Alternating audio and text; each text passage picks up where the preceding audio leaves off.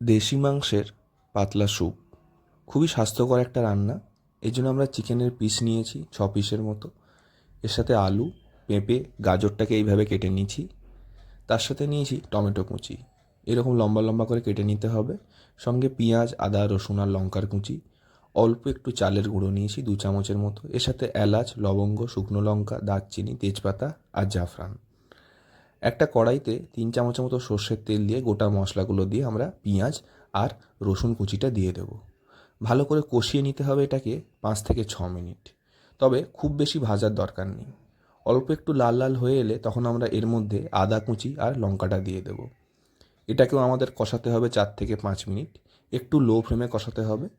তারপরে আমরা দিয়ে দেবো টমেটো কুচিটা। টমেটোটা অল্প একটু গলে এলে আমরা আলু, পেঁপে, গাজর সবই এর মধ্যে দিয়ে দেব। ভালো করে আমাদের মিশিয়ে নিয়ে কষাতে হবে আরও 5 থেকে 6 মিনিট। তারপরে আমরা এর মধ্যে চিকেনগুলো দিয়ে দেব। চিকেনগুলো দিয়ে আমরা এর মধ্যে একে একে হলুদ গুঁড়ো, পরিমাণ মতো লবণ, জিরে গুঁড়ো, কাশ্মীরি লঙ্কার গুঁড়ো, ধনে গুঁড়ো আর দিয়ে দেব এর মধ্যে কালো মরিচের গুঁড়ো।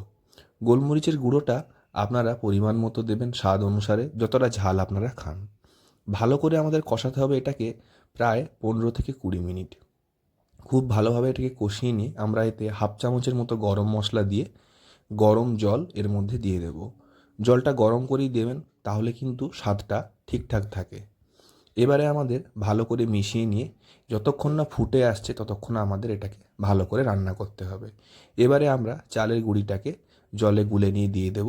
তারপরে চাপা দিয়ে 10 থেকে 15 মিনিট রান্না করলেই রান্না হয়ে যাবে।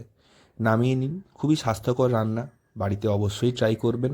আর খুবই ভালো খেতে হয়। ভালো থাকবেন।